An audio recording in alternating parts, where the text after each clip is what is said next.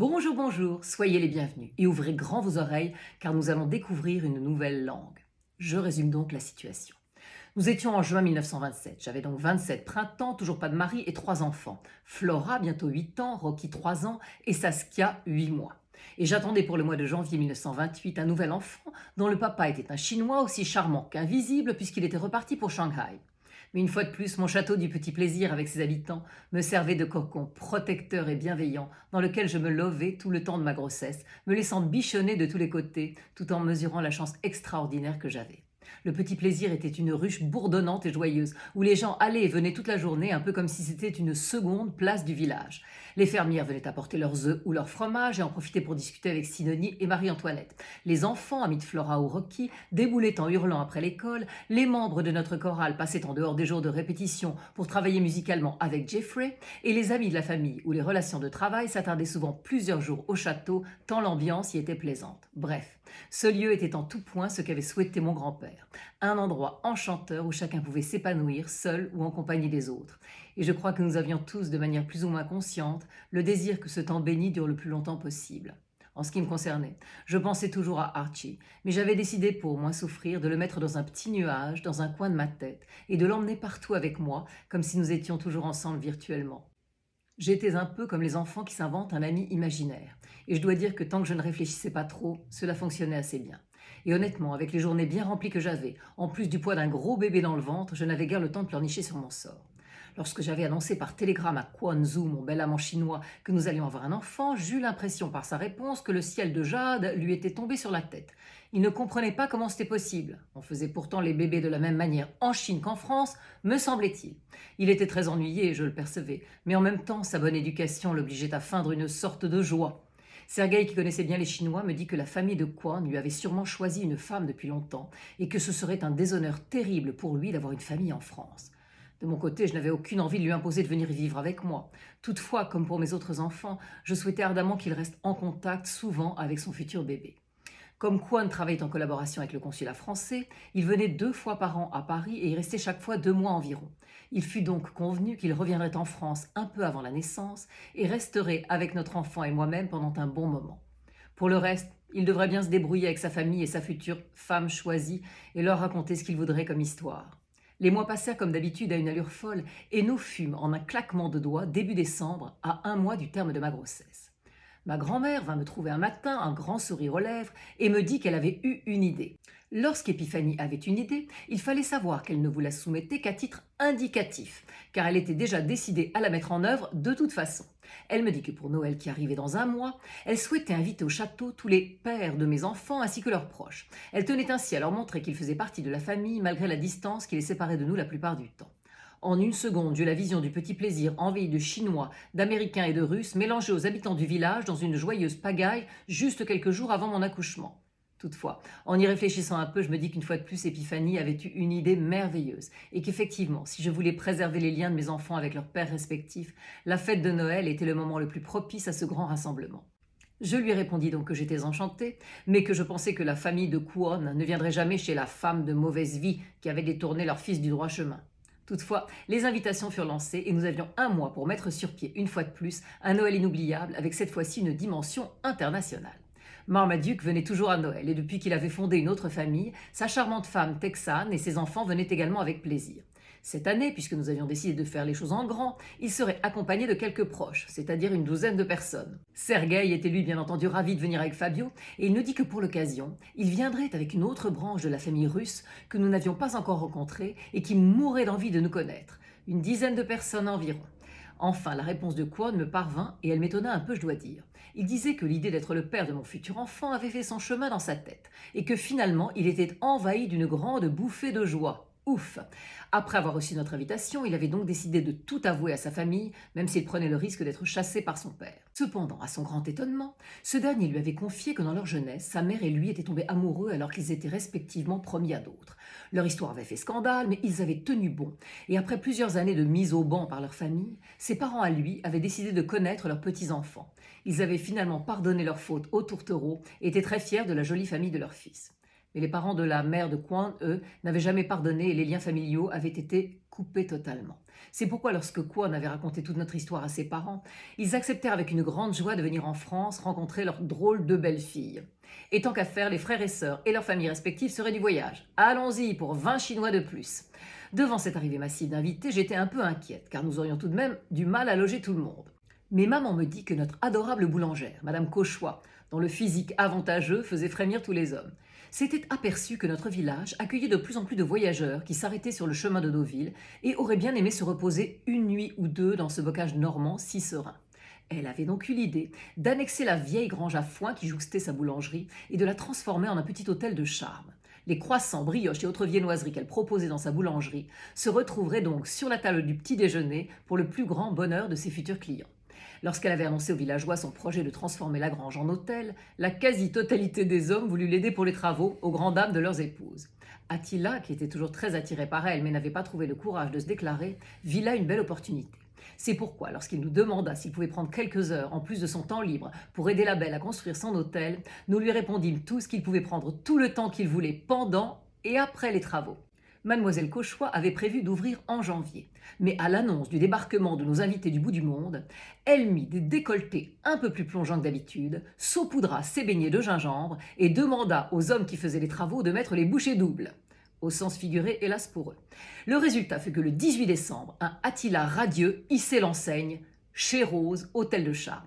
Et nous fûmes tous enchantés de voir le baiser de remerciement que lui donnait Rose Cauchois et qui ne laissait aucun doute sur l'avancée de leur relation. C'était bien lui, l'heureux élu de la belle boulangère.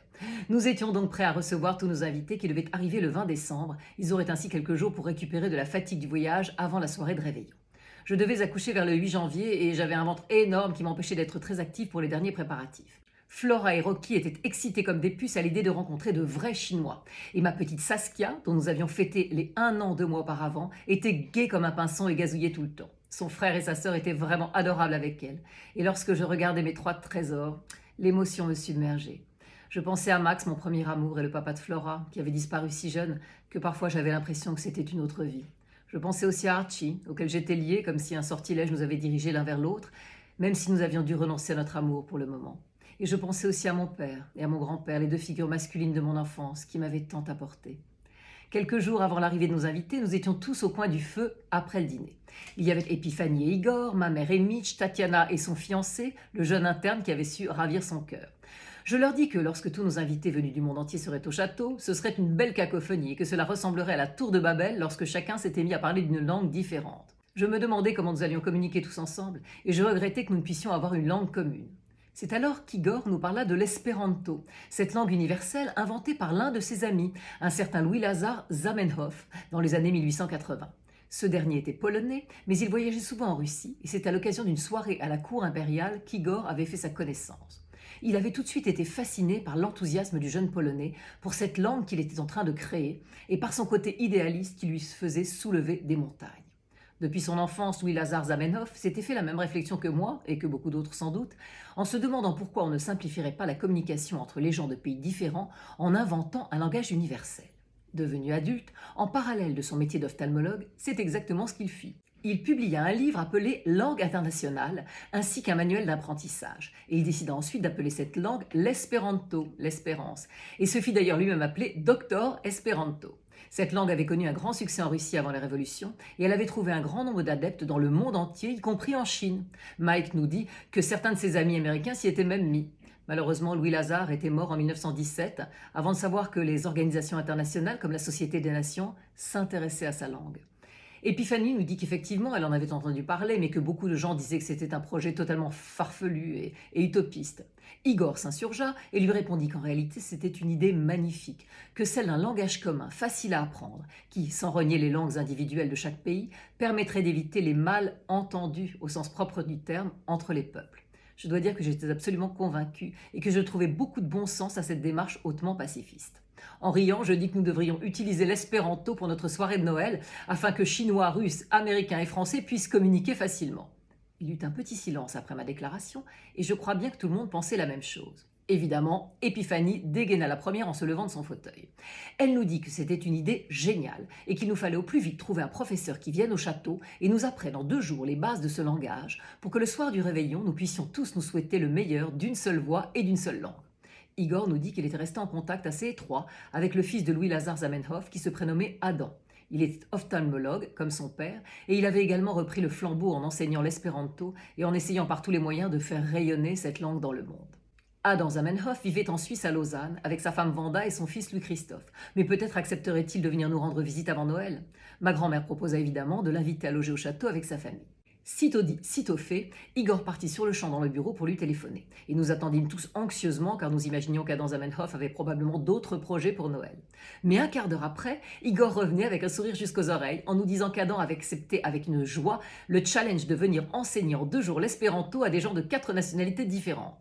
Il arriverait donc la veille de nos invités afin que nous puissions commencer les cours dès le lendemain. Il viendrait avec sa femme et son petit garçon de 3 ans, ce qui enchanta Rocky. Quelques jours plus tard, ils arrivèrent au petit plaisir et Igor fut très heureux d'accueillir le fils de son vieil ami. Sa femme était charmante et mes enfants prirent en main le petit Louis-Christophe pour son plus grand bonheur. Le lendemain, je ne sais quel mot utiliser pour décrire la frénésie qui s'empara du château avec l'arrivée quasi simultanée des Américains, des Russes et des Chinois. Ça criait, ça gesticulait dans tous les sens, les portes des chambres claquaient, les valises encombraient les escaliers, les enfants se poursuivaient en riant, et tout ça dans une cacophonie linguistique qui définitivement me faisait penser à la tour de Babel. Une fois que tout le monde fut installé dans les chambres, le seul moyen de calmer l'excitation ambiante était de remplir les estomacs affamés. Et on pouvait compter sur Sidonie pour fédérer aussi solidement que l'espéranto ces gens venus de pays si différents. Il y en avait pour tous les goûts, et au bout de quelques minutes, on n'entendait plus que des « des oh » et autres grognements de plaisir. J'étais entourée de mes 3 hommes, Sergueï, Marmaduke et Kouon, qui au départ se regardaient un peu en chien de faïence, mais qui prirent vite conscience du comique de la situation et prirent le parti d'en plaisanter. Au dessert, je demandai l'attention générale et leur exposai mon projet de réveillon en espéranto. Sergueï traduisait en russe et en chinois et Marmaduke en anglais. J'en profitai pour présenter Adam Zamenhof et expliquer qu'il nous enseignerait cette nouvelle langue en 2 jours. S'ensuivit un brouhaha indescriptible, puis ma grand-mère fit teinter son couteau sur une flûte en cristal et demanda si on pouvait avoir une réponse de la part des uns et des autres à ce beau projet. Pour faire simple, elle proposa un vote à main levée. Le oui l'emporta à 99%. Seule s'était abstenue une vieille tante chinoise de Kouon, sourde comme un pot qui n'avait rien compris à la consigne. Après une sieste réparatrice pour tout ce joli monde, Adam retroussa ses manches et entreprit de nous apprendre en 48 heures les bases de l'espéranto afin que nous puissions communiquer tous ensemble le soir du réveillon. Ces 2 jours furent tout simplement fabuleux et inoubliables. Nous rions comme des fous devant la prononciation de certains mots par les Chinois ou par les Russes. Nous apprenions à découvrir les traditions, les coutumes et l'humour des uns et des autres. Nous avions tous un grand respect et une grande curiosité les uns envers les autres. Et nous étions tous dans un état de jubilation indescriptible tant la situation était originale et loufoque. Tant et si bien que le soir du 24 décembre arriva sans que nous nous en rendions compte. Tout le monde avait mis la main à la pâte pour que le château brille de 1000 feux. L'ensemble des villageois était là, ainsi bien entendu que Claudine et Andrew. Seuls mes cousins Titus et Tancred manquaient à l'appel car de grandes festivités new-yorkaises étaient organisées avec la famille de leurs femmes et ils ne pouvaient pas les manquer. Mais l'ambiance au petit plaisir ce soir-là était absolument unique. Les enfants de tous âges et de toute nationalité tenaient un rôle dans la crèche vivante que nous organisions chaque année. Cette fois-ci, le petit Jésus était chinois, Marie était russe et Joseph américain. L'échange des cadeaux donna lieu à des exclamations et des embrassades à n'en plus finir, et bien entendu Sidonie se surpassa pour le dîner de réveillon. Puis vint l'heure de mettre en pratique ce que nous avions appris avec Adam pendant 2 jours. Des déclarations d'amitié et des remerciements se succédèrent et nous parlâmes tous la même langue, l'espéranto. Adam était bouleversé. Ce fut un moment suspendu dans le temps que je n'ai jamais revécu depuis et qui me met toujours les larmes aux yeux lorsque j'y repense. Les parents de Kwon me dirent qu'ils étaient très heureux que leur premier petit enfant vienne au monde dans cette famille si exceptionnelle. Ils me dirent aussi que même si j'étais une coquine, Malboluno en espéranto, j'avais malgré tout le cœur grand comme la montagne sacrée et que j'étais une nouvelle fille pour eux. J'étais éperdue de reconnaissance. Il y eut beaucoup de larmes de joie ce soir-là et beaucoup d'amour, comme si nous avions réussi à recréer en miniature le monde des hommes tel qu'il devrait être. Tant d'émotions durent me chambouler un peu trop, car le lendemain, le 25 décembre 1927, les premières contractions se firent sentir avec 2 semaines d'avance, et j'accouchai en quelques heures dans mon lit d'un petit garçon splendide et vigoureux, dont les yeux en amande me firent fondre dès le premier regard. Devant toute la maisonnée en extase, qui lui cria « Benvenon !» bienvenue, le petit Tao, espéranto, fit son entrée dans le monde. Oui, Archie, vous l'aimez beaucoup, Tao. Oui, c'est vraiment un garçon exceptionnel. Vous voulez qu'on regarde les albums photos ? Alors j'y vais. Et je vous dis à très vite pour la suite de mes aventures. What a wonderful world.